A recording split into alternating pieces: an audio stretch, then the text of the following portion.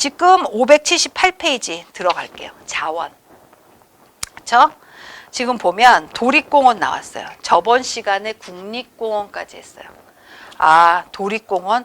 도립공원은 제가 아주 그냥 이거를 완전히 딱딱달 외우세요 하는 뜻에서 금오산부터 제주 고자을까지 넣어버렸어요. 그런데 이거 무조건 외워야 돼요. 외우면 좋죠. 그리고 항상 도립공원, 국립공원, 뭐 군립공원은요, 최초 지정. 국립공원은 무조건 다 외워야 되고, 도립공원하고 군립공원은 최초하고 최근. 적어도 여기는 외우셔야 돼요. 그리고 눈에 띄는 곳 있잖아요. 특히 도립공원 현황 한번 보세요. 쭉쭉 가다 보면 남한산성도 도립공원이야. 눈에 익은 것들이라도 외우시란 말이에요. 그리고 쭉 보면 마이산, 그쵸? 있어. 뭐 조계산도 있지만 특히 뭐 문경세제 있어요. 문경세제는 제가 요약 정리해놨어요. 밑에. 그쵸? 그리고 문경세제는 뭐예요? 백두대간의 동쪽, 북쪽 한강유역과 남쪽 낙동강유역을 잇는 고개예요. 그러니까 이게 문경세제를 아까 제가 행상이 발전한 형태가 보부상이라고 그랬잖아요. 그 보부상들이 이제 조선 때 이렇게 제를 넘으면서 가는 데가 문경세제가 많아요. 그래서 그분들이 지나가면서 너무 외롭고 힘들고 막 이런 경우 많죠. 거기서 아리랑을 많이 부르셨대요. 그래서 아리랑도 종류가 굉장히 많아요. 정선 아리랑, 밀양 아리랑 많은 이유가 부르는 사람의 출신 지역과 이런 형태에 따라서 다 다른 거야. 특히 이 문경세제 고개 넘어가죠. 옛날에 얼마나 도적도 많았겠어요. 정말 막 득실득실했겠죠. 그 물품이 지나가다니면 도적들이 침입을 받기가 굉장히 쉽잖아요. 그러니까 문경세제를 넘어가면서 그분들이 노래를 불렀다는 거 아리랑. 그러니까 그 고개에요. 한이 많이 서려 있대요. 문경세제 하면 요새는 굉장히 유명한 관광지 많이 됐죠. 그리고 요새는 그 공영방송에서 사극을 안 하는 것 같은데 문경세제 쪽에 문경 쪽에 촬영장이 있어서 사람들이 여름에 저도 그쪽에 이제 놀러 간 적이 있거든요. 굉장히 산세도 수려하고 굉장히 물도 깨끗하고 좋아요. 제가 무슨 문경세제 홍보대사 그런 거 아니고, 그러니까 얘기가 나온 김에 도립공원 중에서 특히 눈여겨볼 부분들은 이렇게 보는 게 좋겠다 말씀드리는 거예요. 아까 남한산성 있고 쭉 가다가 신안증도 갯벌, 여기가 저기잖아요. 람사르 협약. 아무튼간에 나중에 또 우리 개론 때 배웠죠. 그렇죠? 그리고 무안 갯벌, 그다음에 성산일출봉 이런 것들은 이미 귀에 익은 용어들이잖아요. 지역들이잖아요. 공원들. 이런 것들은 외워두면 좋죠. 그리고 제주 곶자왈. 그래서 총 제28개소가 있다. 이렇게 보시면 돼요. 도립공원에 없는 지역은 충북 지역이 도립공원이 없대요. 그리고 문경지역 마이산 같은 경우는요, 산의 모양이 말의 귀를 닮아서. 그래서 마이산 한번 찾아보시면 진짜 귀같이 생겼어요. 이렇게 됐거든요. 그리고 여기는 이제 전북 진안군에 있어요. 그러니까 마이산 같은 건 전북 쪽이에요. 국립공원 같은 경우는 지정은 어때요? 해당 지역 주민의 의견 청취를 받고, 그 다음에 관계기관과 가간의 장과 협의하고, 그 다음에 결론적으로는 구청장이 지정하는 거야. 우리나라 도립공원 보면요, 강천상 최초로 지정된 무조건 외워야 되잖아. 강천상 있죠, 뭐 천마산 있고 이래요. 저 이거 기억 안 나요 하면 또 제가 방법 얘기해 드렸잖아요. 국립공원은 무조건 외워야 돼요. 도립공원도 외우세요. 그런 다음에 군립공원 외우지 마세요. 그러면 돼. 다 외우면 좋겠지만 셋 중에 굳이 고른다면 국립하고 도립은 무조건 외우시는 게, 뭐 도립도 무조건 아니지만 외우시는 게 좋고, 군립공원 같은 경우는요, 최초하고 최근만 거의 외우시면 돼요. 그렇죠? 그렇게 하는 거예요. 그러니까 무조건 다 외우느라고 머리가 아파갖고 다 까먹는 것보다 이게 낫다는 뜻인 거예요. 그래서 특히 보면 강천산에서 시작돼서 병방산으로 끝나요. 요거 꼭 체크해 주세요. 그렇죠? 그리고 천연기념물과 천연보호구역 나와요. 천연기념물 완전히 다 제가 넣어놨어요. 이거 다 외우셔야 돼요. 그런데 더 신경 써서 외울 부분 얘기해 드릴게요. 천연기념물은 학술 및 관상학적 가치가 높아 그 보호와 보존을 법률로서 지정한 동물, 식물, 지질, 광물 등을 말한다. 여기 이제 천연기념물은 문화재 보호법에 따르고 있죠. 그렇죠? 그래서 문화재청장이 지정권자로 지정이 돼 있어요. 국보, 보물, 사적 및 명승, 주요 민속자료, 중요 무형문화재 등과 함께 지정문화재에 속한다. 그러니까 문화재청장이 지정을 해야 천연기념물로 지정이 된다는 뜻인 거예요. 그렇죠? 그래서 보시면 대표적인 민속기념물은 대구도동 측백나무, 요거 매번 문제 나요. 천연기념물 1호, 요거 꼭 체크. 쭉쭉 보다가 광릉의 큰악세 서식지, 요것도 큰악세 있어요. 큰악세 서식지도 요것도 이제 대표적인 천연기념물이에요. 그리고 그 다음에 쭉쭉쭉 가다가 쭉 가세요. 무슨 제주 무태장어 서식지 이런 거 있죠. 그 다음에 양평의 용문사 은행나무. 용문사 양평은요 굉장히 가까워요. 서울에서 한번 가보시면 좋고, 용문산 같은 경우는 하이킹하기가 진짜 좋아요. 아주 높지 않고 그냥 도로가 연결돼 있기 때문에 그 뭐 노약자나 그 어린 아이들가 있는 그 가족 단위로 가기가 굉장히 좋죠.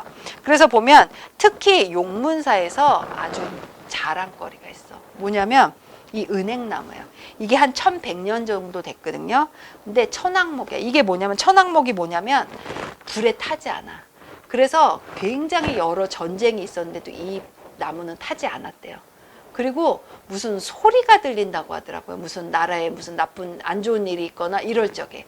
그래서 굉장히 이게 아주 신물이자 신령스러운 아주 물건, 아주 그냥 귀중한 유물로서 대접을 받고 있죠. 높이가 4.2m 정도. 가로가 가슴둘레가 한 4m.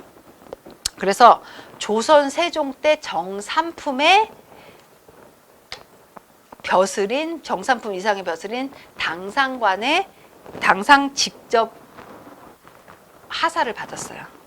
그러니까 굉장히 이분이요 나무죠. 나무인데 이분이라고밖에 할 수 없는 게 벼슬을 받으셨으니까 굉장히 아주 그 명물, 그리고 그 용문사라는 뭐 절의 뭐 명물이기도 하지만 그 지역을 대표하는 유명한 천연기념물이에요. 그러셔서 쭉 보고 은행나무 있죠. 그 다음에 순천 광중리 있죠. 그 다음 평중리 이팝나무가 있어요. 이팝나무가 뭐냐면 이파 이런 말을 하는데, 이팝이라는 그 원래는요 이씨의 밥이라는 뜻인 거예요. 이씨의 밥이 뭐야? 이팝? 이씨의 밥. 그런 것도 같아. 왜냐하면 예전에는 쌀밥 먹기가 너무 힘들 때, 어려울 때란 말이야. 그럴 때 쌀밥을 먹을 수 있는 일은 이씨 조선에서 관리로 임용되는 거예요. 그렇기 때문에 이씨한테 벼슬을 받고 그 다음에 이씨 임금이 내리는 흰 쌀밥을 먹을 수 있다 해서 이팝 남은 거예요.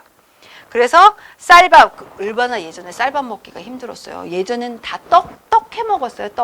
그러니까 떡은 지금 맞아 기념일에만 하는 거잖아. 사실은 예전 사람들 그 백제 신라 때도요 완전히 지금 백제 유적지도 가보시면요 그 독 같은 거 있잖아. 그게 뭐냐면 밑에 화로 같이 돼갖고 뚫려 있어요.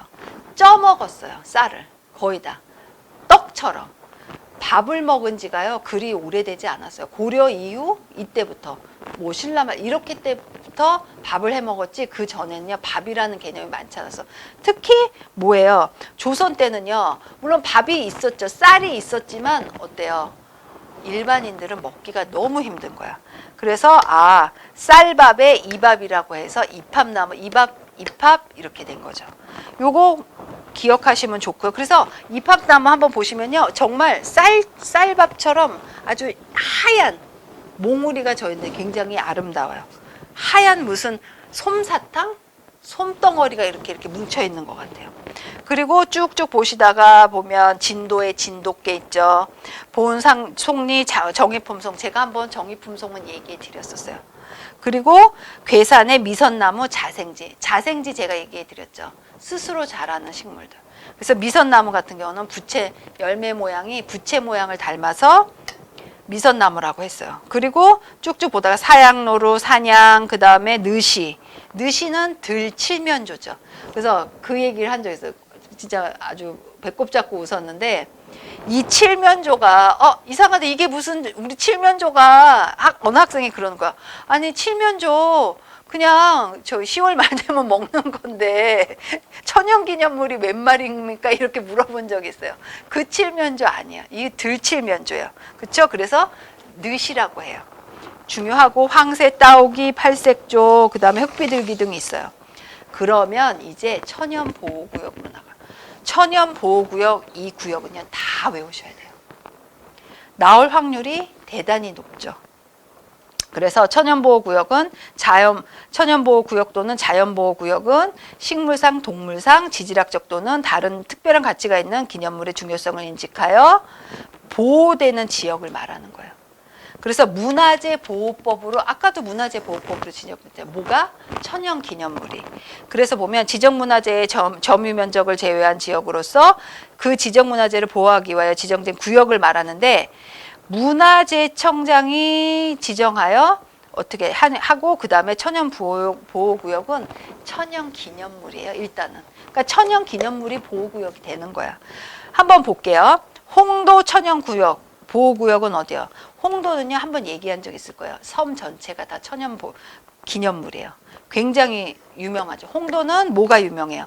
풍란, 그 다음에 난초가 식물 유명해요. 이런 거 적어두시면 좋죠. 그러면 홍도는 어디야? 정확히 전남 신안군이에요. 신안군이 청정지역으로 굉장히 유명하잖아요. 보시고 그 다음에 설악산 모르시는 분 없죠. 설악산은 어디에 있어요? 강원도 속초시 설악산이죠. 그렇죠? 한라산 천연보호구역은 뭐 한라산 하면 뭐가 떠올라요? 저는 용암동굴, 기생화산, 백록담 무슨 여러 가지 그 다음에 높이 해발 고도에 따른 식물 분포 뭐 이런 얘기가 나와야 돼요. 그래서 보면 한라산은 제주도 일원에 이제 퍼져 있고 그 다음에 대암산과 대우산 천연보호구역은 어디예요? 강원도 인제군이에요. 그 다음에 고성군이고 그 다음에 독도 나오죠. 향로봉 나와요. 향로봉 그 다음에 건봉산 천연보호구역은요. 여기는 강원도 인제군이에요. 아까 나온 것처럼 대암산, 대우산처럼 강원도 인제군, 그 다음에 고성군. 그리고 이제 독도 나와. 독도가 여러분 몇 개로 이루어진 거 아시죠? 예전에 독도는요 우산국에 속했어요. 우산국 정벌 누가 우산국 정벌했는데 어느 왕때고 누구였는데 기억해내셔야 돼요. 어느 나라일까요? 기억해 보세요. 그래서 아무튼 우산국은 울릉도, 관유도, 독도, 죽도로 이루어져요. 그래서 울릉도 누가 정벌을 했었어요. 기억하셔야 돼요. 꼭. 아무튼 간에 독도 천연보호구역의 지역은 경북 울릉군이에요. 그리고 성산일출봉 천연보호구역은 제주도 서귀포시에 있죠. 그리고 문섬, 밤섬 천연보호구역은 제주도 서귀포시. 그 다음에 차기도 천연보호구역은 제주시예요. 마라도는 제주 서귀포. 그 다음에 창녕 우포늪. 여러분 알고 계시는 창녕 우포늪. 어디예요? 경남 창녕. 여기도 잠정 목록에 매번 올라가 있잖아요. 유네스코 문화유산. 굉장히 유석 있고 창녕이 나오면 뭐가 나와야 돼? 람사르 협약이 나와야 되죠. 그렇죠? 1998년 람사르 협약에 의해서 국제보호습지로 등록이 돼 있어요. 그래서 람사르가 원래 뭐였지? 우리 이거 배웠어요. 개론 때. 원래 취지는 물새 서식지 보호지역이었죠. 그러다가 아주 대표적인 환경 보호구역으로 인식이 되고 있어요. 그래서 그 창녕 우포늪 같은 경우는요 4개 지역으로 이루어져요. 우포늪, 목포늪, 사지포, 그 다음에 쪽지벌. 그러니까 우포늪, 목포늪, 사지포, 쪽지벌 이렇게 4개 지역으로 이루어지는데 보통 창녕, 경북, 경남, 창녕, 우포늪 이 얘기 많이 하죠. 굉장히 중요해요. 그래서 보면 앞으로 이제 제가 여기 나온 그 메모에 나온 거는 일일이 설명은 안 드릴 거예요. 여기 나온 건 무조건 다 외우셔야 돼요. 10대 관광권, 5대 관광권, 8대 관광권 나오고요. 우포늪 나오고 그다음에 쭉 보다 뭐 대관령 주변에 관광지 아니면 대관령에서 재배되는 뭐 특수 작물들 이런 것들 나와요.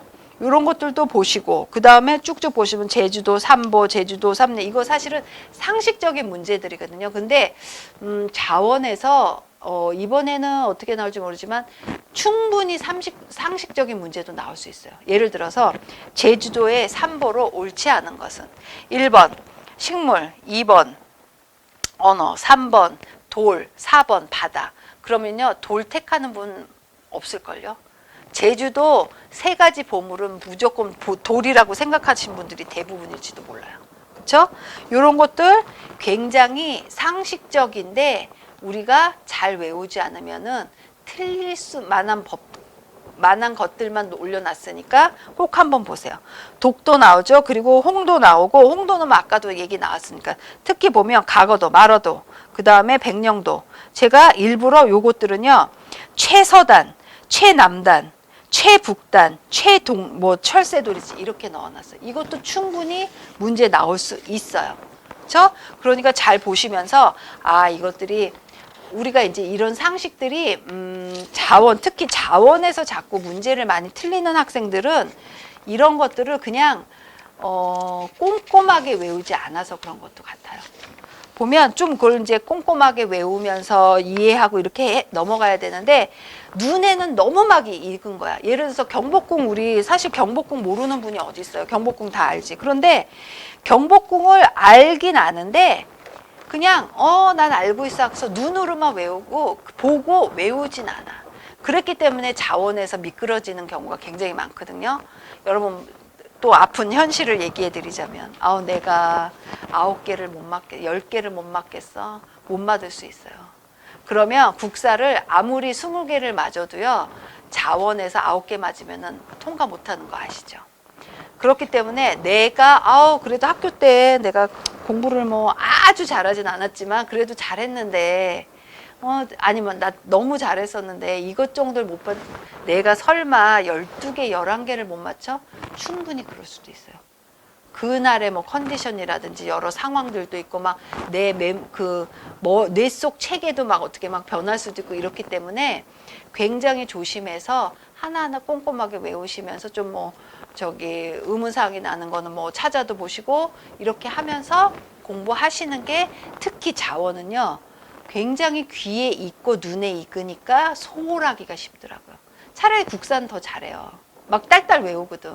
딸딸 외우고 막 하는데 이 자원은 놓치기가 쉬워요. 그렇기 때문에 자원 같은 경우는 제가 뭐 설명을 그리 많이는 하지는 않지만 잡아드리는 이유가 요거 핵심적으로 외우세요라는 말을 제가 자원은 더 많이 해요. 일일이 제가 지금 여기서 말이에요. 대구 도동 측백나무 숲에 대해서 제가 설명을 드릴 필요는 없잖아요. 그렇잖아요. 아주 상식적으로 봤을 적에. 그것보다는 여기에서 나올 확률이 높으니까 이거 위주로 공부하세요 하는 게 자원상의 우리 공부 전략으로는 그게 더 맞다고 보는 거예요. 그러니까 여기서 보시면서 제가 나올 부분들 분명히 자원 얘기해 드렸어요. 지금 책에서도 거의 나올 것만 제가 엑기스로 넣어드리고 또 부족한 부분 제가 또 조금씩 적어 드리기도 하고 설명도 좀 드릴 거예요. 제가 뭐냐면 굉장히 많아요. 할 것들이 많은데 정말 나왔던 거 위주로 하기 때문에 제가 많이 깎고 있는 거거든요. 많이 줄이고 있는데 필요하다고 생각하면 또 이제 얘기를 드릴 거예요. 아무튼 간에 이 책에 나온 것만이라도 굉장히 다 넣어두세요. 열심히 해보시고 그 다음에 부가적인 건 또 제가 짬짬이 틈틈이 드릴 거예요. 잠깐 쉬고 할게요.